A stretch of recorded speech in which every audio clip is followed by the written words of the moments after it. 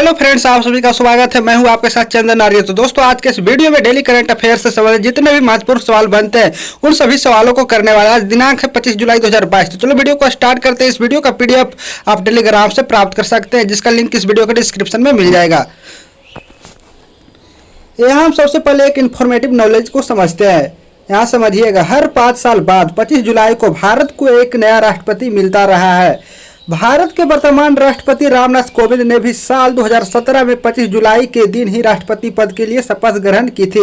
और आगे यहाँ समझिएगा, आज 25 जुलाई 2022 को द्रौपदी मुर्मू भारत के 15वें राष्ट्रपति के रूप में शपथ लेगी। ठीक है, यानी कि यहाँ रामनाथ कोविंद जो थे 14वें राष्ट्रपति थे। इससे पहले यहाँ प्रणब मुखर्जी 13वें राष्ट्रपति थे। इन्होंने भी 25 जुलाई 2012 में क्या तो शपथ लिए थे, ठीक है, राष्ट्रपति पद के लिए। ओके, तो यहाँ से एक फैक्ट निकल कर आया क्या, तो 25 जुलाई को ही क्या राष्ट्रपति पद के लिए शपथ दिलाया जाता है। ओके, अब हम सवाल जवाब करते हैं। हमारा पहला सवाल है, राष्ट्रीय थर्मल इंजीनियर दिवस हर साल कब मनाया जाता है? तो इसका उत्तर हो जाएगा ऑप्शन सी, 24 जुलाई को। ठीक है, यहाँ समझिएगा क्या है और क्यों मनाया जाता है। तो राष्ट्रीय थर्मल इंजीनियर दिवस हर साल 24 जुलाई को मनाया जाता है। ठीक है, यह इंजीनियरों और व्यवसायों के साथ इलेक्ट्रॉनिक क्षेत्रों में थर्मल प्रबंधन के महत्व को दर्शाते हैं, जो इसे संभव बनाते हैं। ठीक है, 24 जुलाई को वर्ष 2014 से राष्ट्रीय थर्मल इंजीनियर दिवस के रूप में मनाया जा रहा है। यानी कि जो ये दिवस मनाया जा रहा है, कब से मनाया जा रहा है, तो 2014 से मनाया जा रहा है, हर साल 24 जुलाई को। ओके, 2 नंबर सवाल है, फ्लिपकार्ट और किस राज्य सरकार ने हाल ही में कौशल विकास मिशन के बीच समझौता ज्ञापन पर हस्ताक्षर किया? तो दोस्तों, इसका उत्तर हो जाएगा बिहार सरकार ने। फ्लिपकार्ट और बिहार सरकार ने एक समझौते पर हस्ताक्षर किया है। यहाँ समझिएगा, बिहार सरकार और फ्लिपकार्ट ने हाल ही में कौशल विकास मिशन के बीच समझौता ज्ञापन पर हस्ताक्षर किए। ओके, इसका उद्देश्य क्या है? तो यहाँ समझिएगा, इसका उद्देश्य कुशल आपूर्ति श्रृंखला संचालन कर्मियों का प्रतिभा का विकास करना है और व्यवसाय के प्रासंगिक प्रशिक्षण और विशेषज्ञता का प्रसार करना है। ठीक है, 3 नंबर सवाल है, प्रसिद्ध वैज्ञानिक और किनके निदेशक डॉक्टर अजय परिदा का हाल ही में निधन हो गया? तो दोस्तों, इसका उत्तर रहेगा option D, institute of life sciences. ये क्या थे? तो एक प्रसिद्ध वैज्ञानिक थे जिनका नाम है अजय परिदा, जिनका हाल ही में निधन हो गया। यहाँ समझिएगा, इंस्टीट्यूट ऑफ लाइफ साइंसेज के निदेशक और प्रसिद्ध वैज्ञानिक डॉक्टर अजय कुमार परिदा का 58 वर्ष की आयु में निधन हो गया। ठीक है, कितने वर्ष की आयु में?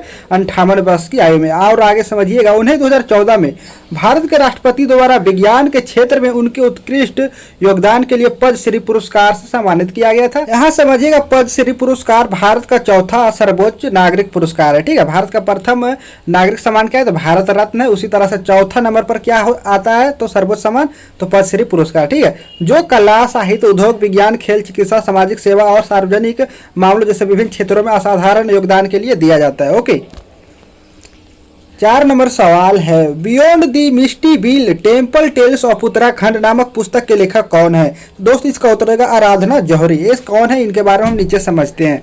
यहाँ समझिएगा, उत्तराखंड के मुख्यमंत्री पुष्कर सिंह धामी ने जुलाई 2022 में beyond the misty hill temple bells of Uttarakhand नामक पुस्तक का अनावरण किया, आने के शुभारंभ किया। ठीक है, यहाँ समझते हैं, इसे सेवानिवृत्त वरिष्ठ IAS अधिकारी आराधना जौहरी ने लिखा है। ठीक है, वो क्या है? आराधना जौहरी कौन है? तो एक वरिष्ठ IAS अधिकारी है। ठीक है, जौहरी ने अपनी पुस्तक में उत्तराखंड के कई मंदिरों के बारे में बात की और उनके इतिहास की रूपरेखा तैयार की है। ठीक है, 5 नंबर सवाल है, नीति आयोग के इंडिया इनोवेशन इंडेक्स के तीसरे संस्करण में कौन सा राज्य शीर्ष पर है? तो दोस्तों, इसका उत्तर है कर्नाटक राज्य है। ठीक है, यहाँ समझिएगा,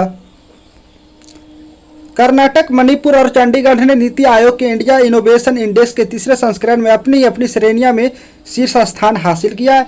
इंडिया इनोवेशन इंडेक्स क्या है, यहाँ समझ लीजिए। तो देश के इनोवेशन इकोसिस्टम के मूल्यांकन और विकास के लिए एक व्यापक उपकरण है। इकोसिस्टम कहने का मतलब पर्यावरण से संबंधित है। ठीक है, यह राज्यों और केंद्र शासित प्रदेशों को उनके बीच स्वस्थ प्रतिस्पर्धा बनाने के लिए उनके नवाचार प्रदर्शन पर रैंक करता है। ठीक है, ओके, 6 नंबर सवाल है, जुलाई 2022 में कोचिन शिपयार्ड लिमिटेड, जिसे CSL कहा जाता है, इसका मतलब होगा कोचिन शिपयार्ड लिमिटेड। ठीक है, और किसने समुद्री क्षेत्र में स्टार्टअप को बढ़ावा देने के लिए एक समझौते पर हस्ताक्षर किया है?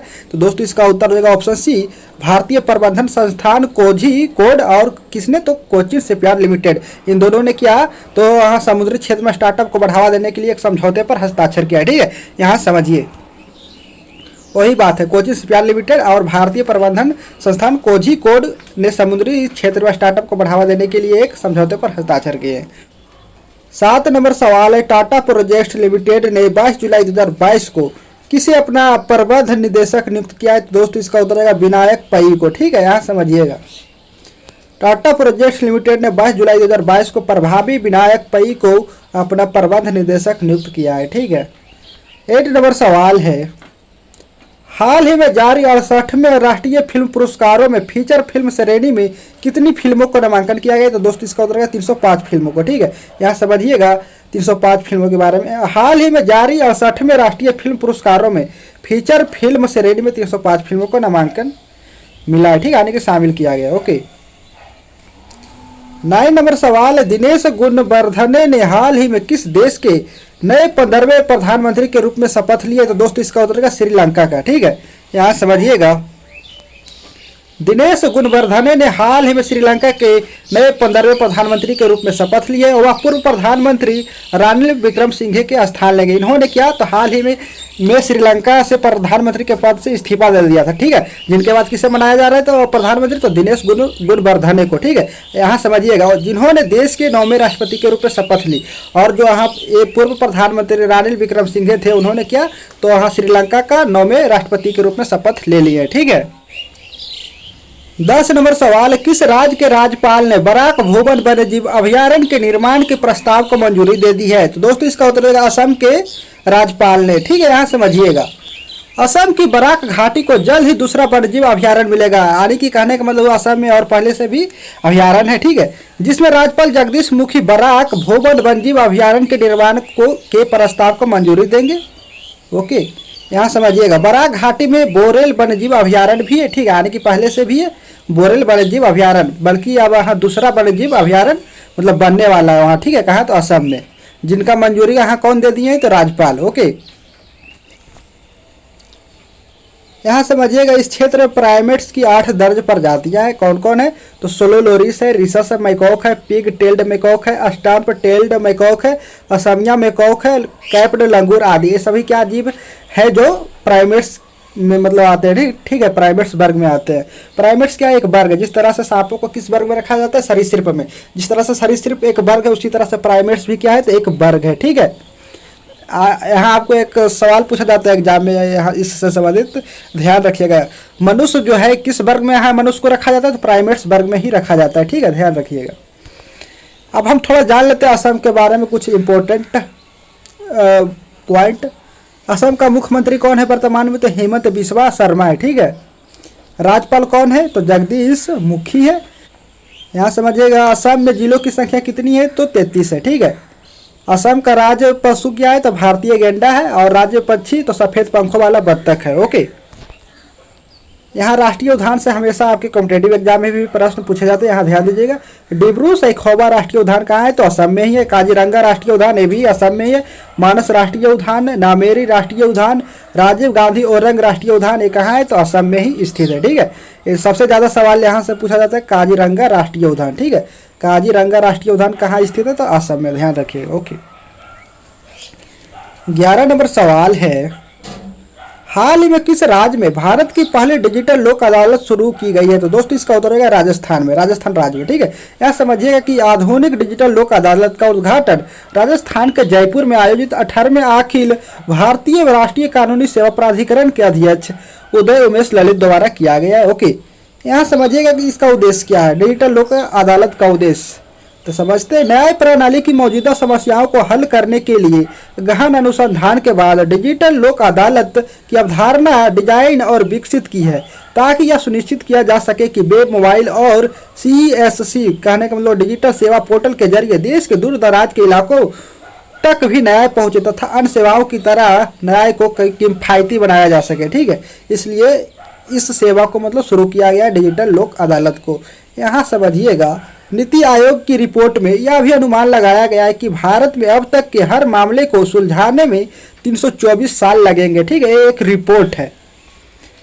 यहाँ सर्वेक्षण के अनुसार समझते तो हर महीने 50 लाख से 4 करोड़ कानूनी मुद्दे उठते हैं, लेकिन उनमें से केवल 75% और 97% के बीच अदालत में समाप्त होता है। इसलिए इस मतलब डिजिटल लोक सेवा जो है डिजिटल लोक अदालत इसका शुरू किया गया राजस्थान से। ओके, ताकि ज़्यादा केस सॉल्व हो सके, कम समय में ज़्यादा लोगों को न्याय मिल सके। ओके,